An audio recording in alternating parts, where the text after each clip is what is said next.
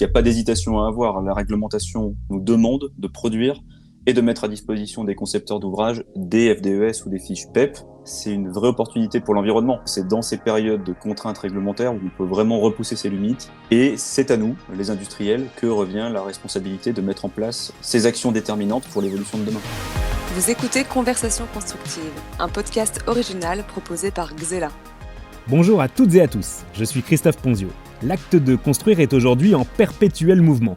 C'est pourquoi nous vous proposons dans cette série de podcasts des conversations avec des experts du bâtiment pour analyser et partager l'actualité du secteur, les dernières réalisations, les retours d'expérience, les bons conseils, tout pour inspirer au mieux vos projets.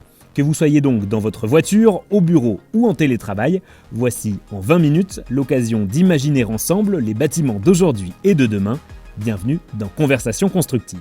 Épisode 4. La réglementation environnementale 2020 et ses enjeux pour les industriels du bâtiment. Bonjour Arnaud Porte. Bonjour Christophe. Vous êtes responsable technique et innovation de Xella France. Xella, fabricant international, je le rappelle, de solutions constructives saines et durables, spécialisées dans les éléments en béton cellulaire pour le gros œuvre, les murs coupe-feu et l'aménagement. Bienvenue à vous dans ce nouvel épisode de Conversation constructive pour aborder ensemble aujourd'hui et décortiquer les enjeux de la nouvelle réglementation environnementale, la RE 2020, pour cette fois-ci les industriels. Quelles actions à mettre en place, quelles méthodologie à adopter, vous allez nous le dire. Mais d'abord, Arnaud Porte, peut-être quelques mots de présentation. Aujourd'hui, en tant que responsable technique et innovation, eh bien, quel est votre rôle chez Xella France ? Alors, mon métier chez Xella me permet d'aborder un grand nombre de sujets puisque je suis en charge du service technique qui va de notre bureau d'études intégré chargé d'accompagner nos clients et nos partenaires dans l'optimisation de leurs ouvrages, jusqu'à la conformité réglementaire et à la qualité de notre production industrielle.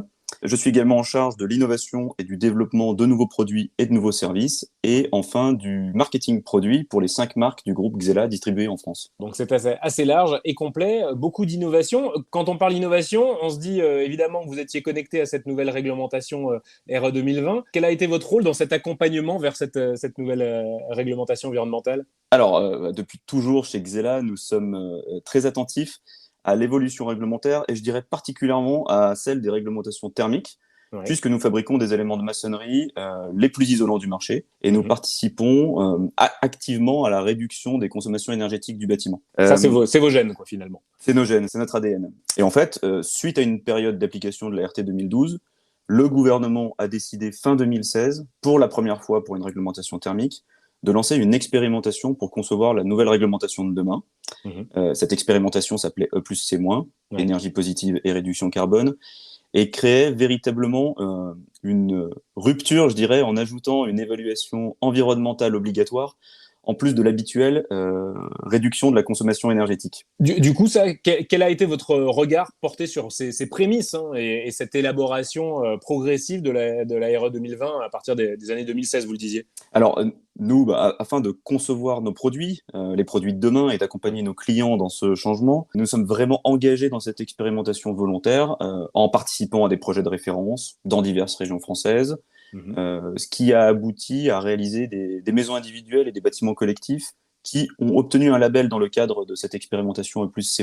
D'accord. Ça veut dire qu'en gros, dès ce départ des prémices de la RE 2020, vous avez été, j'allais dire, moteur et actif pour répondre aux nouvelles normes qui allaient intervenir. Oui, tout à fait. On était déjà précurseurs dans le domaine, impliqués dans l'expérimentation, impliqués dans tous ces changements stratégiques qui concernent l'industrie du bâtiment. Mais cette RE 2020, elle est entrée dans votre réflexion d'industriel dès le départ ou ça a été quand même progressif ? Enfin, comment vous en êtes arrivé à l'appliquer ? Non, ça a été une grosse anticipation. Ouais. On a tous beaucoup anticipé la RE 2020. Ça aurait été trop facile. Bien sûr, la RE 2020, c'est un changement stratégique pour un industriel. Comme je le disais, nous, on était déjà précurseurs dans le domaine puisque le sujet de l'impact environnemental de nos produits s'est travaillé chez Xella depuis environ une dizaine d'années. La RE 2020, elle s'applique désormais depuis le 1er janvier 2022. Tout le monde le sait. Elle porte sur 3 piliers: énergie, confort d'été et carbone. Ouais. Je peux rentrer un peu dans le détail. L'énergie, avec cet objectif de réduction de dépenses énergétiques de 30% par rapport à la RT 2012. Le confort d'été, qui, au travers d'un tout nouvel indicateur, permet de mieux concevoir les habitations pour limiter les surchauffes, favoriser le confort des occupants.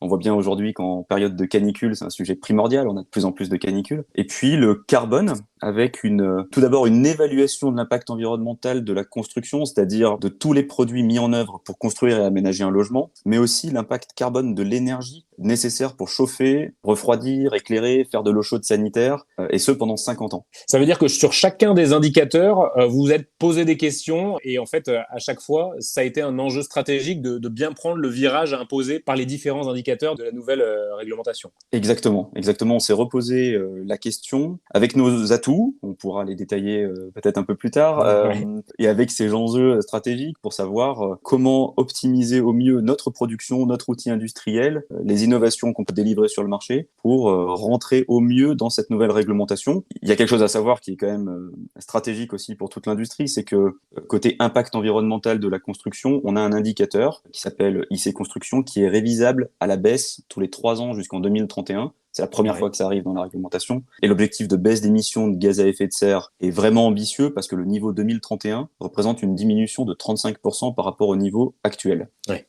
Améliorer ce qu'on sait faire aujourd'hui, trouver des bénéfices additionnels et vraiment créer une rupture dans notre production pour s'adapter au mieux à cet enjeu écologique. Justement, Arnaud Porte, pour rentrer dans le dur, concrètement, vous aujourd'hui, Xella, en tant qu'industriel, alors qu'est-ce que vous avez fait pour appréhender cette nouvelle RE 2020 ? On parle souvent de prise de conscience, l'importance des fiches FDES, ces fiches de déclaration environnementale et sanitaire, ça a un rôle majeur dans cette appréhension de la nouvelle réglementation ? Oui, tout à fait. Alors, pour bien comprendre l'enjeu, il faut savoir que dans la RE 2020, chaque produit de construction est regardé individuellement et l'application de la RE 2020 est obligatoire et tout le monde dans le bâtiment doit s'adapter pour évoluer et se mettre en conformité avec les enjeux de demain. À l'échelle d'un industriel, le document le plus important, c'est ce que l'on appelle une fiche FDES pour les produits de construction ou une fiche PEP, profil environnemental produit, qui concerne les équipements techniques. Ouais. En fait, c'est en utilisant ces fiches que l'ingénieur thermicien évalue l'impact carbone des composants du bâtiment et de leur mise en œuvre sur le chantier. Il faut savoir qu'aujourd'hui, on compte environ 3000 FDES et 550 fiches PEP sur la base INIES, qui est la seule base de données homologuée pour la RE 2020. La référence, effectivement. La référence. Bon, donc sans ce sésame-là, on ne peut rien faire. On ne peut rien faire. Ça veut dire que la première étape pour un industriel, c'est vraiment l'élaboration de cette fiche de données environnementales. En fait, il faut comprendre que c'est la carte d'identité environnementale d'une solution technique basée sur ce qu'on appelle les résultats de l'analyse de cycle de vie, ACV, d'un produit. Il faut également savoir qu'une FDES, c'est valable 5 ans. Seulement 5 ans. Ce qui pousse aussi l'industriel à faire évoluer sa fiche FDES, retravailler son impact environnemental tous les 5 ans, maximum.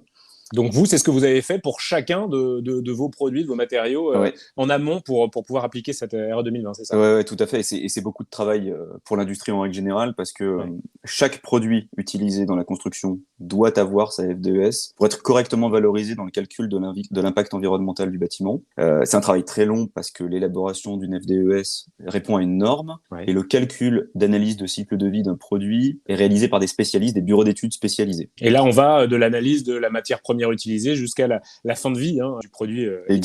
C'est exactement ça. Dans une FDES, on regarde l'impact environnemental d'un produit depuis le tout début, c'est-à-dire depuis la fabrication même de ces matières premières jusqu'à sa fin de vie. Et même si dans la RE 2020, on utilise seulement la valeur de réchauffement climatique, d'impact carbone, comme on le connaît, il faut savoir que dans une FDES, il y a 25 autres indicateurs environnementaux, comme par exemple la pollution de l'eau, la pollution de l'air, l'épuisement des ressources naturelles, la consommation d'énergie non renouvelable, tout un tas d'autres indicateurs qu'un jour, peut-être, le ministère sera capable d'exploiter dans une prochaine réglementation environnementale. Donc on a une base de données qui est énorme, environnementalement parlant, pour les produits de la construction aujourd'hui. Donc vous les avez réalisés. Tout ça prend du temps, vous l'avez dit. Il faut s'y prendre 2 ans à l'avance, 5 ans. Enfin voilà, comment ça se passe ? Alors concrètement, il faut s'y prendre pas mal à l'avance. Notamment, il faut savoir que pour déposer sa fiche FDES sur la base INIES, la seule base homologuée pour ça, un industriel doit d'abord la faire vérifier par un vérificateur tierce partie habilité. Aujourd'hui, ils sont seulement 28 à être habilités pour toute la France, ce qui provoque, comme vous l'imaginez, pas mal de retard pour la mise en ligne de nouvelles fiches FDES ou fiches PEP. Ouais.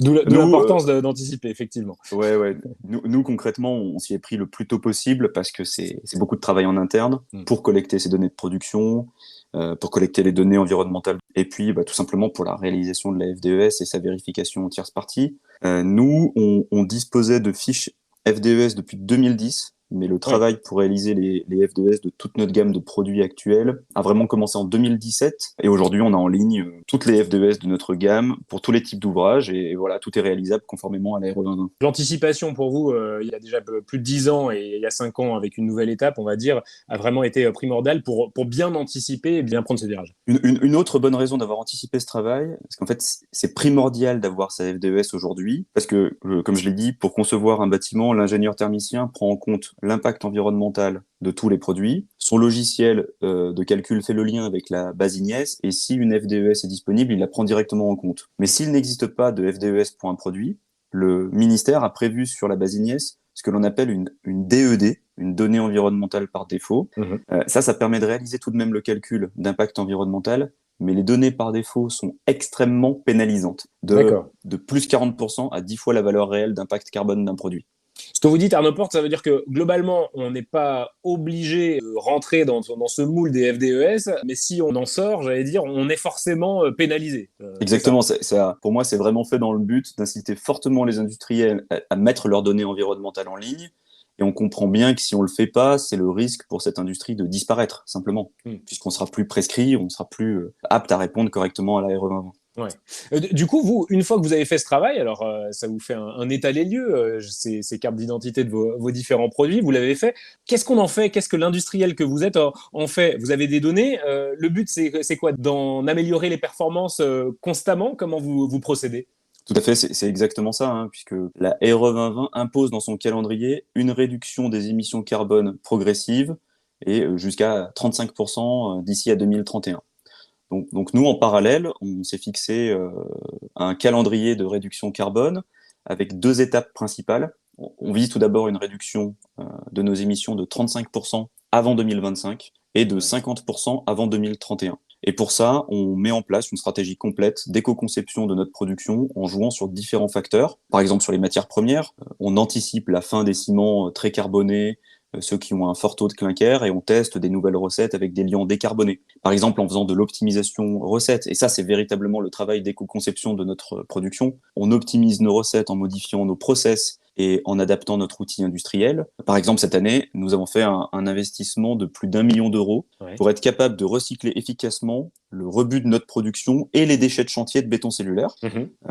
Nous, nos produits actuels sont composés de 25% de matières recyclées et on envisage d'augmenter cette part à l'avenir. Et je dirais qu'au-delà de la RE 2020, dans l'optique de l'économie circulaire, on est désormais structuré pour bien gérer les filières de valorisation de nos produits en fin de vie, que ce soit pour nous, dans notre production de béton cellulaire au quotidien, ou alors sous forme de granulats de différentes tailles avec différentes applications commerciales ou industrielles. Donc c'est des actions concrètes. Finalement, en fait, cette réglementation, elle vous oblige, vous industriels, quand bien même on a bien compris que vous étiez précurseur dans le domaine, à mettre en place des stratégies pour faire baisser les émissions carbone. Oui, tout à fait. Et cette stratégie, elle se mesure et elle joue on joue sur différents facteurs. C'est-à-dire qu'il y a des choses qu'un industriel peut mettre facilement en place en travaillant ses matières premières, en optimisant sa recette. Mais il y a des choses qui sont un petit peu plus compliquées, scientifiquement parlant. Par exemple, pour améliorer les performances de nos FDES, on est en train de valoriser ce qu'on appelle la carbonatation. Qu'est-ce que ça veut dire? Alors, pour un exemple, dans le rapport du GIEC de 2021, il est mentionné que le phénomène de carbonatation du béton contribue à absorber 50% du CO2 émis lors de sa production. En fait, pendant sa vie en œuvre, le matériau béton capte le CO2 de l'atmosphère et le transforme en ce qu'on appelle du carbonate de calcium. Et ce phénomène chimique, lorsqu'il n'y a pas d'acier à l'intérieur du béton, ce qui est le cas de la maçonnerie, est bénéfique pour le matériau en le rendant moins perméable aux agents agressifs et en augmentant sa résistance mécanique. Donc en fait, cet exemple-là, c'est un processus naturel que l'on a tout intérêt à valoriser dans nos FDES. Et pour faire ça, il faut de la recherche scientifique, pouvoir déterminer exactement comment se passe le phénomène dans notre matériau, quelle quantité de CO2 est séquestrée par carbonatation. Donc pour ça, on a fait plusieurs années de recherche sur le sujet et on a justement publié dans des revues scientifiques internationales en ce début d'année. Parce que derrière tout ça, encore une fois, là, vous nous avez évoqué finalement ce plan stratégique pour actionner les différents leviers afin de réduire ces émissions. Mais là, vous déjà, puisque c'est vrai que le travail avait commencé il y a longtemps, vous avez déjà des résultats avec une vraie réduction de l'impact l'impact carbone de vos produits. Ouais, exactement. Le meilleur des résultats, c'est que par exemple, entre 2019 et 2021, on a diminué notre impact carbone dans nos FDES de 21% en 2 ans. Et c'est encourageant. Je trouve que c'est encourageant pour toute l'industrie parce qu'on voit qu'on peut réussir à diminuer son empreinte carbone en mettant une stratégie efficace en place. Arnaud Porte, responsable technique et innovation chez Xella France. À présent, on peut parler un petit peu de cette réalité, parce qu'on le disait, il y a eu ces prémices de la RE 2020. Maintenant, c'est une réalité dans la construction neuve. L'objectif, c'est toujours ce zéro carbone dans le bâtiment en 2050, cette neutralité. Vous qui êtes spécialisé dans le béton cellulaire, du coup, l'importance du choix des matériaux est primordiale, selon vous, dans cette application de la RE 2020 ? Oui, bien sûr. Le contraire m'aurait étonné. Oui. Et les 3 piliers de la RE 2020 nous aident à bien comprendre pourquoi. Expliquez-nous. Par exemple, côté énergie, il faut diminuer nos consommations de 30%. Pour ça, il faut mieux isoler les ouvrages. Et finalement, comme le béton cellulaire est la plus isolante des maçonneries, il y a un réel avantage économique à utiliser nos solutions constructives pour construire des maisons ou des logements collectifs. Côté confort d'été, le béton cellulaire est un matériau qui se comporte comme une membrane hygrothermique, c'est-à-dire que c'est un matériau isolant qui a la capacité d'absorber de l'énergie, qui ne fait pas seulement de l'isolation, mais grâce à son inertie, il retarde l'augmentation de la chaleur à l'intérieur des logements au bénéfice du confort d'été des occupants. Vraiment intéressant. Ouais, vraiment intéressant. Et puis côté carbone, il faut en parler. C'est pas encore le matériau le plus vertueux, mais on y travaille quotidiennement. Ouais. Et pour donner un chiffre, les murs en béton cellulaire représentent seulement 5 à 6% de l'impact carbone total d'une maison individuelle, par exemple. Oui, donc il y a du travail à faire, mais c'est vrai que sur l'ensemble du bâti, c'est clairement pas la majorité des émissions. Tout à fait. Et c'est vrai que le choix des matériaux de construction a une influence sur l'empreinte carbone, mais également le choix de l'énergie utilisée dans cette construction a un vrai impact sur l'empreinte carbone. La RE 2020 a d'ailleurs accéléré la fin des énergies fossiles dans le bâtiment, puisque le gaz traditionnel est amené à disparaître de tous les bâtiments neufs. Et je trouve que d'un point de vue global, la démarche engagée dans la RE 2020 nous pousse dans un travail collectif. Ça nous rappelle qu'on fait partie d'un ensemble et que tous les industriels doivent travailler pour baisser leur impact environnemental. Il faut que ça devienne un cercle vertueux. Exactement. Tout le monde a son rôle à jouer. Et c'est nécessaire pour passer le cap de la réglementation, bien sûr. C'est nécessaire pour la suivi de nos entreprises. Mais c'est tout simplement nécessaire pour ralentir le réchauffement climatique. Donc, des bons matériaux, en tout cas réfléchir et se pencher clairement sur le choix de ces matériaux pour réduire l'empreinte carbone du bâtiment quand on se lance dans la construction. Bon, évidemment, Arnaud Porte, on ne va pas se cacher derrière notre petit doigt. Dans l'arbitrage d'un constructeur et même d'un industriel, il y a la question des coûts, la question du prix, évidemment. Quand on élabore ces fiches FDES qu'on a évoquées largement depuis tout à l'heure, tout ça, c'est pas donné, disons-le, ça a un coût, non ? Ah ça, en effet, c'est un engagement très coûteux pour les industriels. Posséder des FDES ou des fiches PEP pour ces gammes de produits, ça représente plusieurs dizaines de milliers d'euros d'investissement pour rémunérer les bureaux d'études spécialisés, les vérificateurs, mais aussi les ressources humaines nécessaires pour piloter ces projets. Mais c'est un investissement stratégique, puisque la FDES, c'est le sésame d'entrée de la RE 2020. Ça veut dire que sans cet investissement, globalement, l'entreprise, l'industriel, risque d'être réellement bloqué, voire de ne pas perdurer. Exactement, tout à fait. Et au-delà de l'investissement financier pour les FDES, je pense que c'est toute la stratégie de nos entreprises qui est revue. Aujourd'hui, chez Xella, nos investissements industriels et recherche et développement ont pour but premier de diminuer notre empreinte carbone. Et on a publié en début d'année notre rapport RSE qui a un objectif clair, c'est la neutralité carbone en 2050 pour notre industrie. Notre groupe Xella est engagé à 100% dans cet objectif de neutralité parce que c'est nécessaire de mettre en œuvre des actions de cette ampleur pour diminuer le réchauffement climatique de la planète, tout simplement. Donc, ce que vous dites à vos confrères industriels, c'est vraiment, bien sûr que ça a un coût, mais cet engagement-là, parce que c'est un engagement, il est aujourd'hui obligatoire. Tout à fait, tout à fait. Et pour les confrères industriels qui écoutent, il n'y a pas d'hésitation à avoir. La réglementation et les dispositifs mis en place par le ministère nous demandent de produire et de mettre à disposition des concepteurs d'ouvrages des FDES ou des fiches PEP. Et c'est à nous, les industriels, que revient la responsabilité de mettre en place ces actions déterminantes pour l'évolution de demain. Peut-être un petit conseil là-dedans, parce que c'est vrai que certains qui commenceraient à se préoccuper de ces questions-là et qui se disent, tiens, effectivement, mes données par défaut sont très défavorables et donc il faut que je m'engage sur ce terrain-là. Il faut quand même faire attention, j'allais dire, il faut s'adresser à de vrais professionnels pour se lancer dans ce travail d'élaboration. Oui, c'est vrai, je dirais que Pour commencer, le mieux, c'est de se rapprocher d'un bureau d'études spécialisé dans l'évaluation d'impact environnemental ou d'analyse de cycle de vie. On peut aussi commencer la démarche en trouvant énormément d'informations et de conseils sur le site internet de la base Ignies, ignies.fr. Pour conclure, justement, Arnaud Porte de Xella France, des petits conseils, vous nous en avez donné. Si on devait résumer dans l'ordre de priorité pour l'industriel qui se lance, ou en tout cas qui développe de nouveaux produits, qui cherche de nouveaux matériaux et qui se lance dans cette RE 2020, puisque vous le disiez, nous n'avons pas le choix aujourd'hui, il faut commencer par quel bout? Alors, le temps est long pour obtenir ces données environnementales. À mon avis, aujourd'hui, c'est plus facile qu'avant. Parce qu'on voit que les mentalités évoluent, parce qu'on voit qu'on a tous une responsabilité vis-à-vis du réchauffement climatique. On voit qu'il y a des processus qui sont bien mis en place. Il y a des bureaux d'études spécialisés à qui on peut facilement s'adresser, même si on connaît rien au sujet. Voilà, pour moi, particulièrement, si on ne sait pas par où commencer ou si on a peur de se lancer seul, il faut se faire accompagner d'un cabinet spécialisé. C'est le plus simple pour démarrer. Faut pas avoir peur aussi de la transparence, parce que j'allais dire quelque part aussi ces fiches FDES qu'impose maintenant cette nouvelle réglementation environnementale, elles vous mettent un peu à nu, non? Non, il ne faut pas avoir peur de la transparence, parce que c'est nécessaire. On voit aussi qu'on n'est pas seul dans l'évaluation de l'impact environnemental. L'indicateur IC Construction, celui qui est révisable à la baisse tous les 3 ans, il prend en compte tous les produits d'une structure. Donc, ce qu'il faut bien comprendre pour les collègues industriels qui écoutent, c'est que le concepteur d'ouvrage ne regarde pas vraiment poste par poste comparer les concurrents entre eux.